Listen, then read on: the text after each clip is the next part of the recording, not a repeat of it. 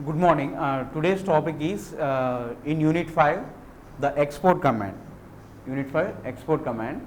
So, what is the purpose of this command? So, the purpose of this command is it is included in both bound shell and cage shell, and whatever the value you set in one shell, so that will not normally not available to other programs.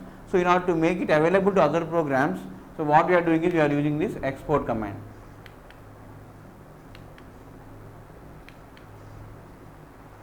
Okay, for example, I set one variable, okay, let us say in a shell, and I want to make it available in subshell.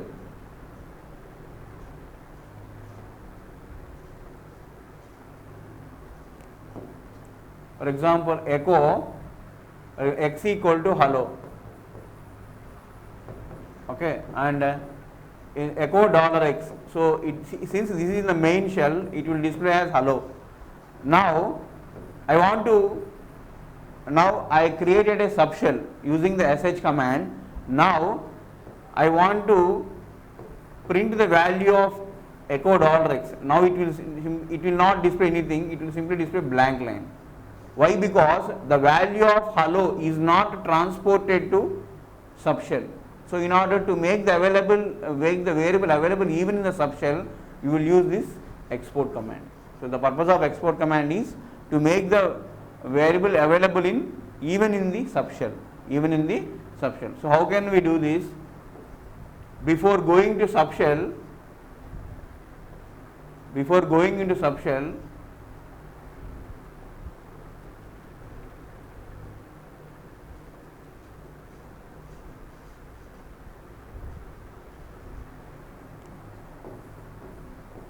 x equal to hello, that means set the value of the variable x to hello, define the variable of x. Now, export $x, that means export x. So, whenever you say export x, what happens is the value is now shifted to, now if you say sh and echo $x, its value is still hello. Export x, okay, not $x, it is export x. So, its value is still hello. So, simply give export x. So, if you give export x, that means what happens is the value of the variable x is available even in the subshell. This is subshell. By calling the sh, so what we do, we are entering from main shell to the subshell. So, even in the subshell, the value is available. So, this is the advantage of using this export command. Okay.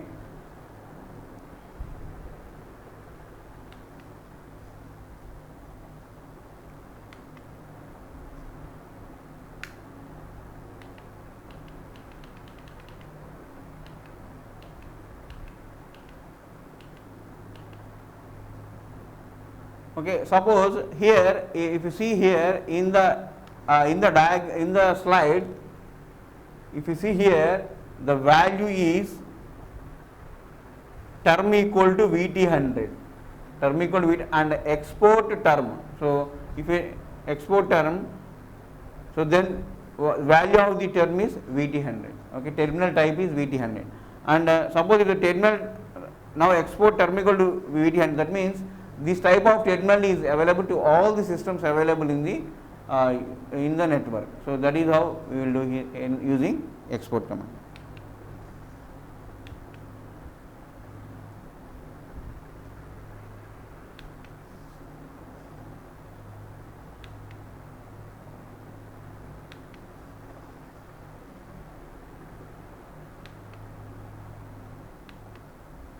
Next is the dot profile file. So, what is the dot profile file? So, this is the file which we run during the starting of a whenever the user logs into the operating system, Unix operating system. So, this file will get called automatically. So, there is no need to run explicitly.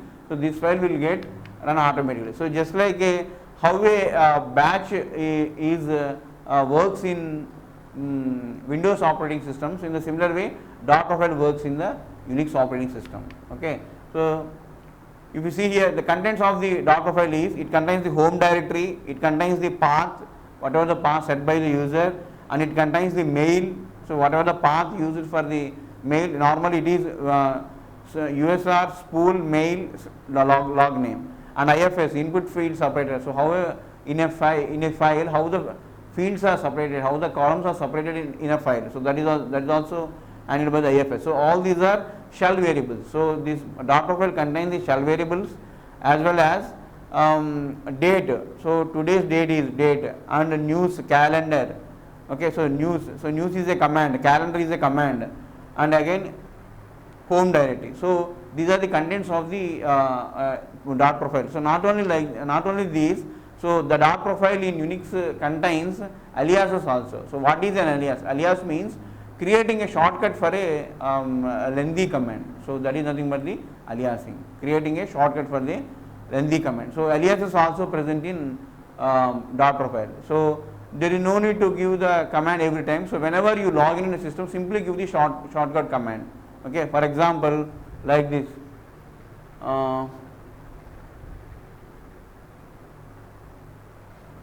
For example, chd equal to, okay, so you have to create alias, right? So what you have to do is alias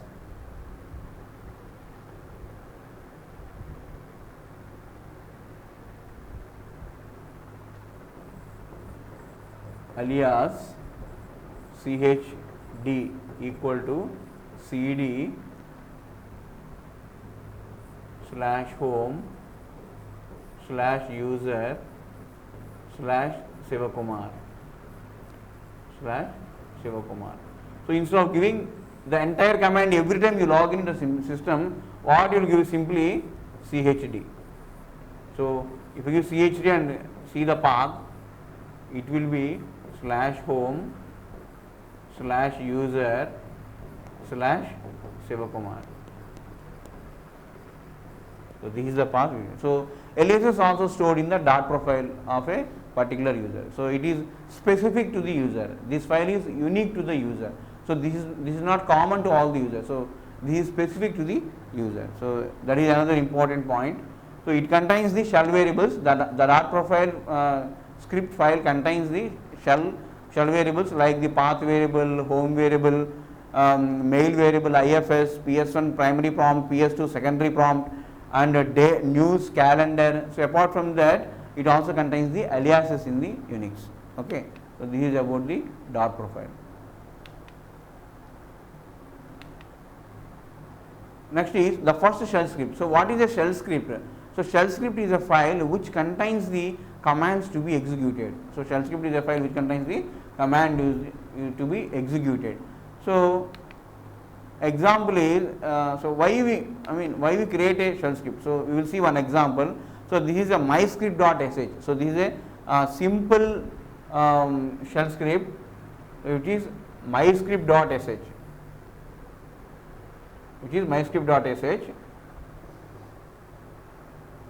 Okay. So clear means it clears the screen. So this is a simple script. So echo means print. So what it will print? This is my first shell script. This is the first statement which it is going to print after running the shell script. And second line, third line of the script is echo. Today's date is date pipe cut -d -f 1 2 3 -f 1 2. That means cut the fields 1 2 3. So what is normally a date command contains? So date command contains like this: Wednesday, November 25th. Wednesday, November 25th. It is like Wednesday, November 25th, 12:30 UTC 2020. So Wednesday, November 25, 12:30 UTC. So this is the output of the date command, entire date command. Out of these, what you are doing is cutting the -d, that means delimiter space. So this is the space. So only 5 spaces are there. That means 5 spaces are there. So out of these 1-3, that means 1, 2, 3. So these 3 fields are now separated. These 3 fields are now separated. So what you will get is, you will get today's date as Wednesday, November 20, and now the time is, so time is present in which field? 4th field. 12:30 is the time. 12:30 is the time. So this field is present in 4th field. So and the final one is echo good luck. So like this you will get the output as the first 3 fields and 4th field and finally good luck. So this is the output of this simple shell script. Okay.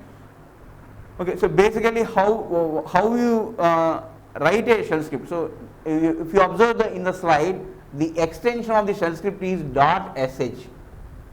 That means shell. So just like .c is meant for a C program, so .sh is meant for a shell file. .sh is meant for a shell file. So this is about the simple shell script. We will see now how to execute a shell script. So to execute a shell script, there are 2 ways. One is by using sh.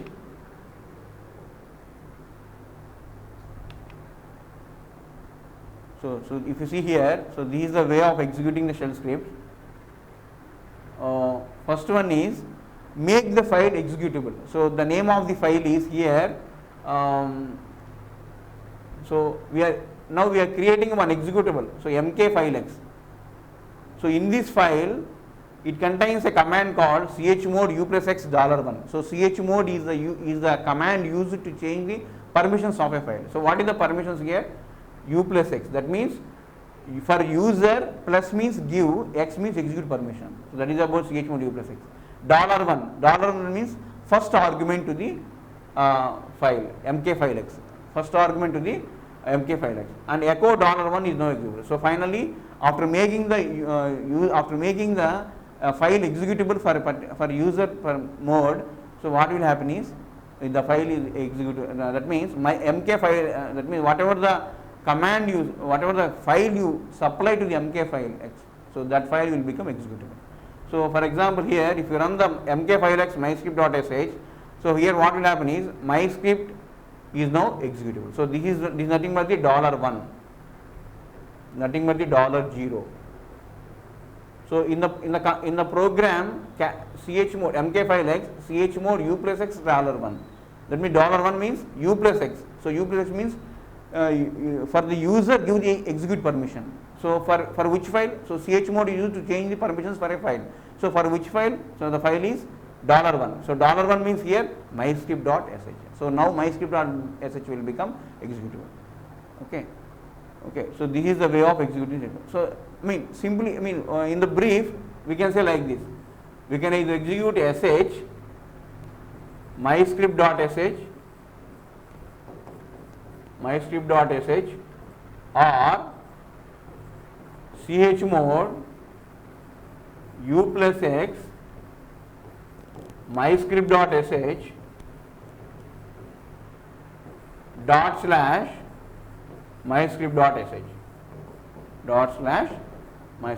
either this, either first approach or second approach, either or this, either this or that. Okay. So that means you can use either sh, explicitly you can use the sh command to run the shell file. Okay. To run the shell file, what you will do, explicitly give the sh space myscript.sh or give the execute permission to the shell file, that is chmod u plus x myscript.sh, then /myscript.sh. So either this or that. So like this you can run a executable. You can you can make it as executable. Okay, either by doing sh or by giving the permissions using the chmod command and finally give /. Okay, so this is the way of executing a simple shell script. Okay, so this is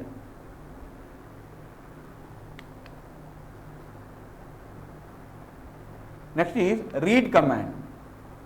So a read command is nothing but to read a variable from a particular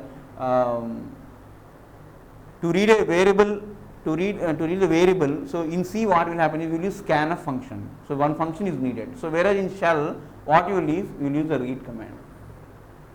You will use the read command for the purpose of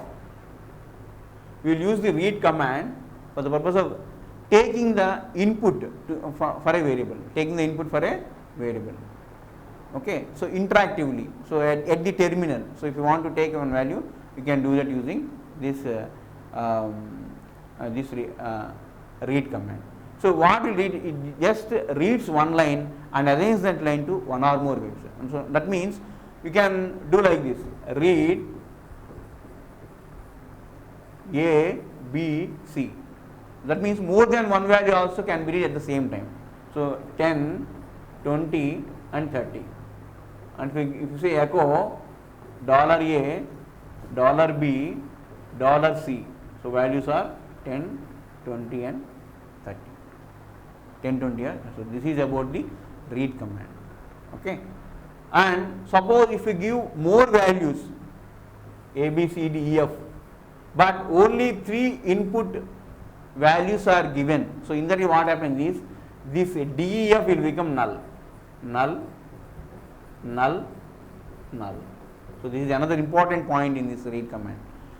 So and if you give less number of values than what is needed, that means read AB. Okay, so 10, 20, 30, 3 values is given. So what happens is 10 will goes to A and 20 will goes to B. So this is about the read command. Okay, so if you give less input to the more number of variables, the remaining variables will become null. If you give more input to less variables and the remaining input is discarded. And first given input is taken into the variables. So this is about the read command.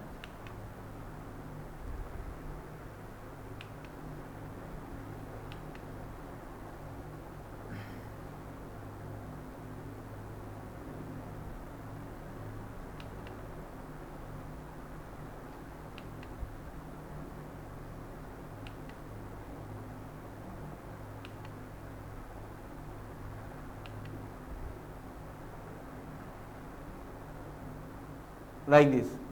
So cat, there is a script here.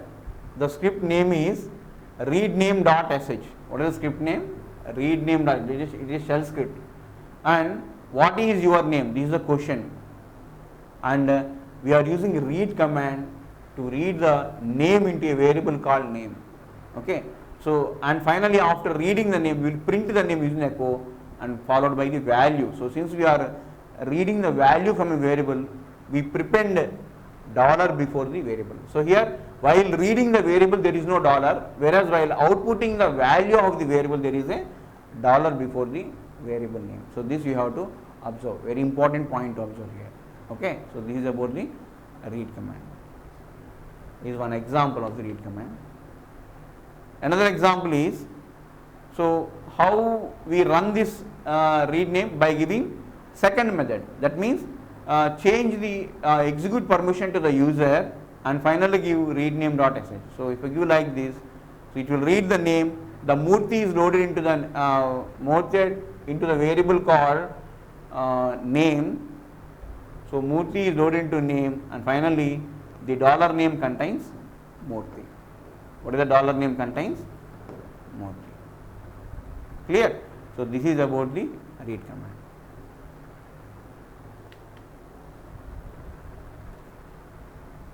Next is positional parameters. So what are the positional parameters in Unix? So especially in shell. So you will see here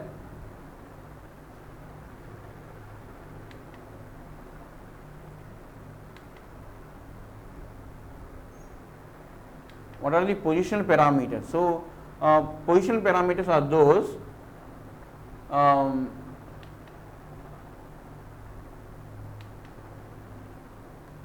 okay, so this is an example. So here in the positional parameter, so parameter means passing a argument to the command. Okay, so file 1, if you see in the diagram, file1 is the first positional parameters with the value $1, file2 second positional parameter with the value $2, file3 third positional parameter $3. So like this it will goes on till $1 to $9. So there are 9 positional parameters, and $0 is nothing but the command itself. What is $0? Command. And what are these $1, $2 and so on $9? These are positional parameters. Positional parameters. Okay, and the entire, so what is dollar? Dollar is nothing but a prompt, primary prompt.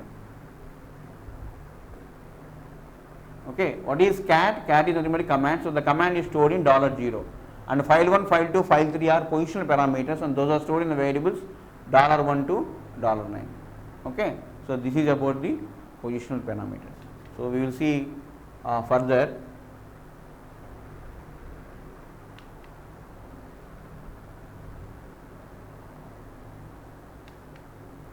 And here one important point is, suppose if you give $10, so $10 means it is nothing but $1 followed by 0. There is no $10 positional parameter in shell. So $10, there is no $10. It is nothing but the $1 followed by 0. $1 followed by 0. Okay. This is another important point to observe.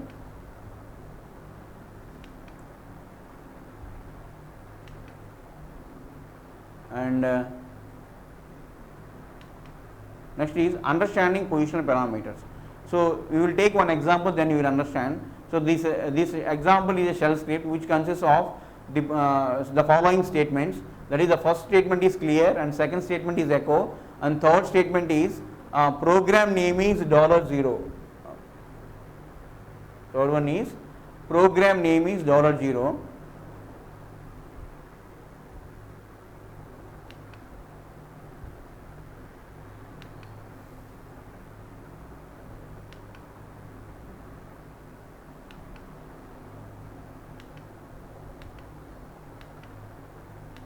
Program name is $0.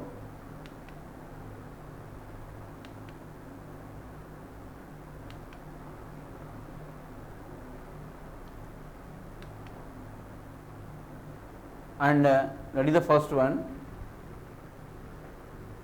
and the number of arguments are $hash. So this is another important variable in shell, $hash, $star. So $hash is nothing but the number of arguments or number of positional parameters. Number of arguments, that means how many parameters we pass to the command. So that will be stored in the count of those parameters stored in $hash. And $star is nothing but the actual arguments. Actual arguments. That means in the previous case it is file1, file2, file3. So these are examples of $star. And the first argument is $1.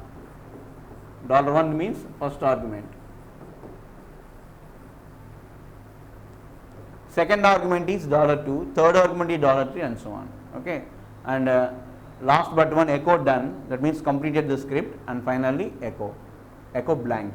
Okay, so this is about the positional underscore parameters.sh. So this is a simple shell script which consists of all these important variables. Okay, so $0 is nothing but a command itself. $hash is nothing but the total number of arguments. $star is nothing but the actual arguments passed to the command, and $1 is nothing but the first argument, $2 is nothing but the second argument. Clear? So with this, so this is the output. So if you see here in the diagram, so it will be clearly seen.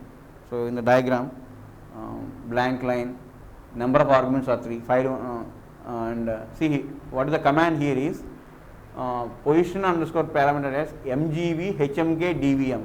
So mgv, so how many? 1, 2, 3. So totally 3 arguments are passed to the and the first argument is MGV, that is $0 is MGV. So this is $0, sorry, this is $1. Position underscore paired at SH is $0, HMK is $2, and DVM is $2. So this is the description, and the same thing we will display here. So $, that means arguments, actual arguments. So what are the arguments passed to the position parameter dot sh? MGV, HMK, DVM. And $hash, how many are these? 1, 2, 3. So $hash returns 3. So this will be shown in the output like this. Okay.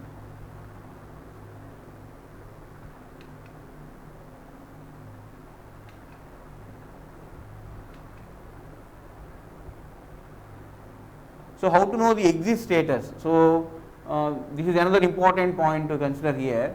So exit status means, suppose if you want to whether a command is successfully executed or not. So normally in Unix what happens is, for few of the commands output will not come, simply $prompt will be returned. So we don't know whether nothing is there or the command is failed. So we don't know. So in order to know that whether the command is successfully executed or not, what we will do is we simply give $? Okay. So whenever a command is successfully executed, the program returns a 0, and if the program is not successfully executed, it will return a non-zero. Okay. So this is the example. So cat sample.sh. So let us assume that we are running a cat command. So we want to know, we are running cat command with input as sample.sh. So sample.sh is not present in the present working directory. So hence it will, what it will return is no such file or directory, error will be written. Since it thrown the error, the exit status will be 1. That means non-zero. Non-zero means the command is failed. So cat command previously not executed successfully, it is failed. So this is about the exit status of a particular command. Okay, that is $? We will use this $? to know the exit status of a command. And more about the set command. So what we can do more about set command is, the set command without arguments command displays the contents. That means display the contents of environmental variables. So environmental variables. So like this, simply give, if you give set, then it will simply give home and its content, path and its content, IFS and its default input separator, blank or something like that, and PS1 equal to $, PS2 equal to greater than. So all these variables, home /usr/home, like this. So path is /bin /user/bin, like this. So it will contain the all the shell variables are displayed by default by using the, if you use set without any options, it will display all the default shell variables present in the values of the default shell present in the Unix operating system. Okay. Home, IFS, mail, path, like that. So you can see here. So CD path. Okay. CD path is nothing but it's an alias.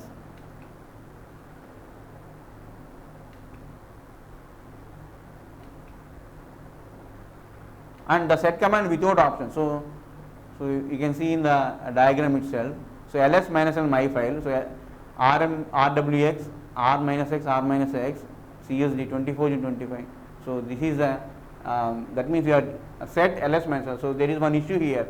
That means without options, if you give, that means what is happening, ls minus l first the command output is, ls minus l command output is minus, ls minus l command output is minus rwx rwx. That means the minus is passed to set as an argument. So hence it will not it will read as a bad options. So ls minus l means it will contain 8 fields: permissions, number of links, owner of the file, group, size, date, time and name.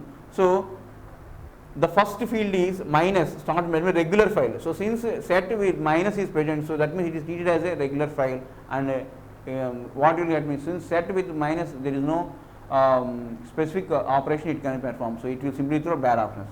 And in another example is where this set options required is, for example, grep Murthy student.lst. So student.lst contains only student details. So Murthy is a faculty, so his name is not present in the student. So when you give like this, it will simply display the all the environmental variables. That means empty, because whenever you run this grep Murthy student.lst, so what will it will return is blank line. So grep Murthy student.lst. student.lst. So it will not return anything, it will simply return blank. So set with blank means what? Displaying the environmental variables. Displaying the environmental variables or shell variables. So those variables are gets displayed here. Displaying the environment. So this is another example where we use this set command. Okay. So that's why it is, and here it is bad options. Okay. So this is about the set without option. So how to overcome these two defects? So we can overcome this by using double hyphen. So set with double hyphen followed by the ls-l file name and set double hyphen grep Murthy student.lst. So we can overcome this difficulty. Okay. So exit command. So if you want to come out from the any shell script, so simply call this exit command. So exit command will be used whenever you want to terminate the execution of a script and come out from the script. Okay. So we can either use an argument, that means like exit 0 or exit 1, or even if you don't give, then also it will perform the execution. Okay, it will perform the exit from the particular script. Okay. So we will continue in the next class.